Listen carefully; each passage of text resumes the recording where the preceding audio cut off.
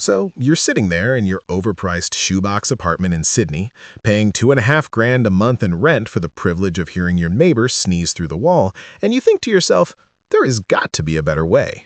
You start doing the maths in your head, wondering how you ended up paying luxury prices for something that feels like a slightly upgraded storage unit, and whether this is just life now. But then a thought creeps in. What if it isn't? Well, what if I told you there are places in Australia, yes, this Australia, the one where a painfully average house in Melbourne costs more than a beachfront villa in parts of Southeast Asia, where you can get land for practically nothing. Not cheap compared to Sydney cheap, I mean properly cheap. The kind of cheap that makes you double-check if there's a catch, or five. And here's the thing. In at least one case, a town wasn't just discounting land, they were literally giving it away for free. Now I know what you're thinking. This sounds like one of those dodgy Facebook ads wedged between crypto and miracle weight loss teas. But stick around, because this is very real, and some of these places might just surprise you. Number 1. Quilpie, Queensland. Alright, we've got to start with the big one. Quilpie.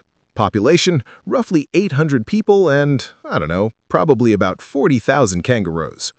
Quilpie is a tiny outback town about 1,000 kilometers west of Brisbane. And look, when I say west of Brisbane, I don't mean like a casual Sunday Arvo drive. I mean pack the esky, bring spare tires, and maybe write a will kind of west. But in 2021, Quilpie made international headlines when the local council essentially started giving away land for free. Here's how it worked. The Quilpie Shire Council offered a $12,500 grant to anyone who bought a block of land, built a house on it for under $750,000, and agreed to live there for at least 6 months. Now here's the beautiful bit. Fully serviced blocks in town were selling for about $12,500, so the grant covered the entire cost of the land. You do the maths. Actually, you don't have to. It's free. The land was free.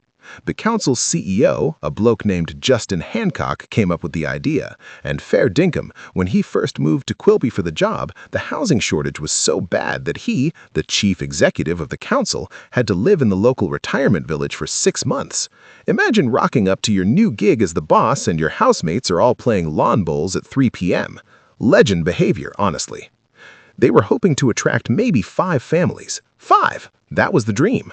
Instead, they got absolutely swamped. Over 250 inquiries in the first 2 weeks from all over Australia, New Zealand, India, Hong Kong, and even the UK.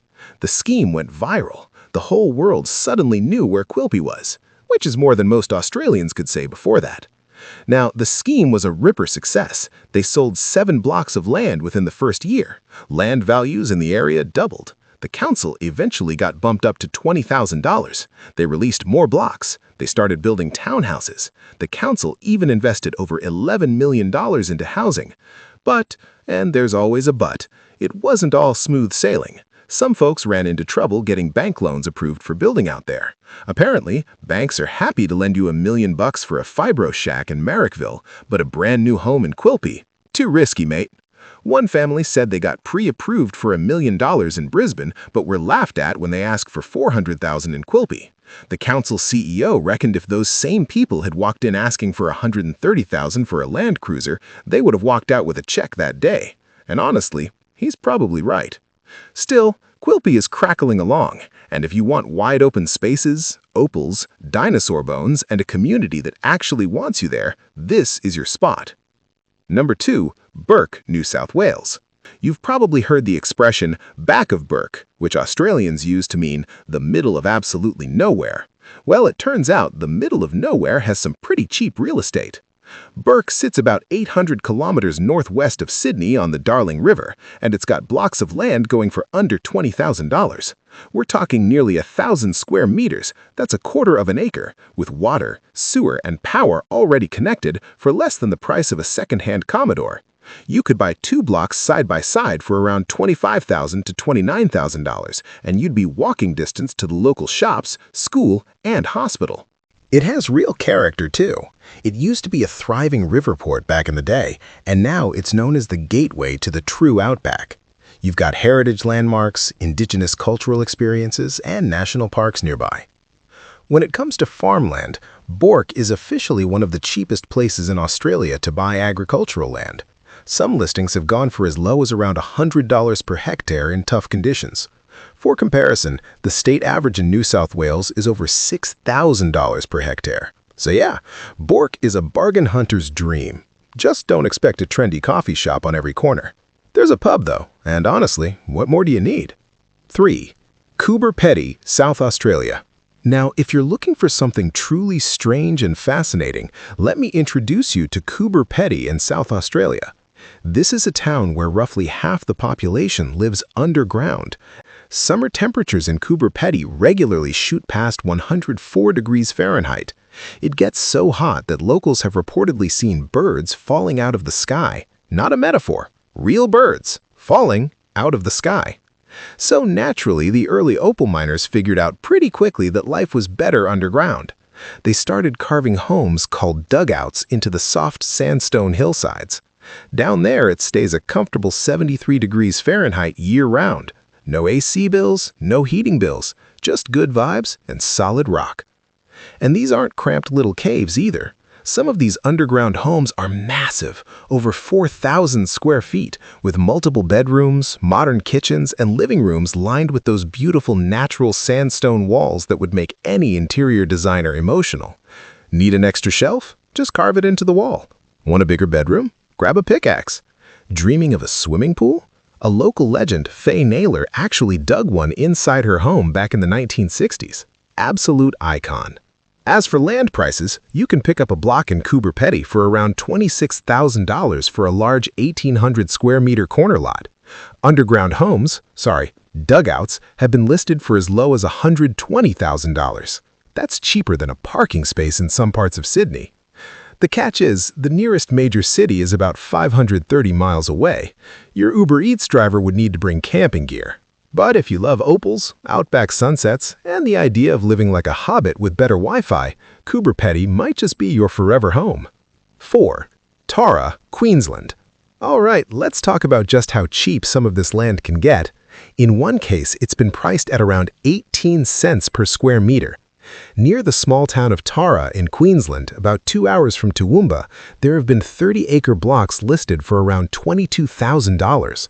The town itself has about 855 residents, a pub, called the Commercial Hotel of course, a hospital, and a train station. It's classic small-town Queensland, and the land prices reflect that. Now, is this land going to come with a waterfront skyline view? Not exactly. There's no harbor, there might not even be a bridge. And while you might see power lines running nearby, actually getting utilities connected and having reliable signal can be a whole different story. This is the kind of place where you're relying on water tanks, maybe solar power, and a bit of self-sufficiency. But if what you want is space, real space, you could raise some animals, build a home, or just enjoy having more land than you know what to do with. Enough space, in fact, to land a small plane, which out there might actually be practical. 5. Western Australia. Western Australia deserves its own section because the deals out here are absolutely wild. In the Shire of Yilgarn, out in the eastern wheat belt, you'll find some of the cheapest farmland in the entire country. It's about 250 miles east of Perth, which might sound far, but by Western Australia standards, that's practically downtown. Near Quairading, there have been 96 hectare, about 240-acre farming properties selling for around $190,000. Do the math, that's roughly 19 cents per square meter. For that kind of money in Perth, you couldn't even buy enough land to park a pickup truck. Then there's Northman, down in the Goldfields Esperance region, known for its gold mining history and huge open landscapes, and Mount Magnet, named after the iron-rich hills used to mess with explorers' compasses. Imagine navigating that in the 1800s. I think we're heading north. Buddy, we've been heading north for 3 days and we're back where we started. Towns like Mininu are also worth checking out. You can pick up an 850 square meter residential lot for under $20,000, giving you that country lifestyle with a bit of small-town convenience. 6. Tasmania and Victoria. Down south, Tasmania is having a bit of a moment. The island state has seen strong population growth, improved infrastructure, and new development projects popping up all over the place. Areas like Glenfern, about 28 miles from Hobart, have had large parcels of land available at very competitive prices. Over in Victoria, the town of Cape Clear, a quiet farming village near Ballarat, has had land selling for as little as $2 per square meter. It's only about a 30-minute drive from Ballarat and roughly an hour from Geelong, so you're not exactly in the middle of nowhere. You're more like on the edge of somewhere. Further out in the Wimmera region, towns like Rupinup, Rainbow, Jepperet, and Watcham have lots going for under $30,000. Some even come with water and electricity already connected. These are properly zoned residential lots where you could build a home and become part of a community that'll probably know your name by day 2. Now look, I'd be doing you a disservice if I didn't give it to you straight. There are very good reasons this land is cheap. Most of these places are remote. Services can be limited. Job opportunities might be scarce unless you work remotely or feel like getting into shearing. Getting a contractor out to build your house could cost more than the land itself, and as we saw with Quilpie, banks can be hesitant to approve loans for properties deep in the outback. Most free or cheap land programs require you to be an Australian citizen or permanent resident, no exceptions. You'll usually need to build a home within a certain time frame, meet minimum value requirements, and actually live on the property for at least 6 months. You also need to check zoning rules carefully. Not every cheap piece of land is zoned for residential use. Some are agricultural. Some require council approval before you can build, and some might not have utilities connected at all. Always do your homework, and I don't mean a quick Google search at 11 p.m. after a couple glasses of wine. Financing land in remote areas can be tricky, so get your loan pre-approval sorted early and be ready for higher down payment requirements. Property taxes, transfer tax, stamp duty, and first-time homebuyer incentives vary by state, so make sure you understand what applies to your situation. And finally, always do proper due diligence. Get a land survey done, check for flood zones, wildfire risk, native title considerations, and any restrictions or covenants on the property. Land, especially free land, is incredible, but only if you go in with your eyes wide open. But here's the flip side. Regional Australia is growing. More people are working remotely than ever before. Internet access is improving in rural areas, and these small towns are genuinely trying to attract new residents because they need people. Teachers, nurses, mechanics, butchers, hospitality workers, and just good humans who want to be part of a community. Will you be sipping artisanal lattes at a trendy cafe? Probably not. Will you be stressing about $1 million mortgage? Definitely not. And will you have more space than you know what to do with? Absolutely. If this video helped you, or even just made you briefly consider moving to the outback, hit that like button and subscribe. Drop a comment below if you've ever bought cheap land in Australia, or if you're seriously thinking about it. I'd love to hear your story. Until next time, stay safe, stay curious, and remember, the best land deal in Australia might just be hundreds of miles away from the nearest traffic jam. Take care.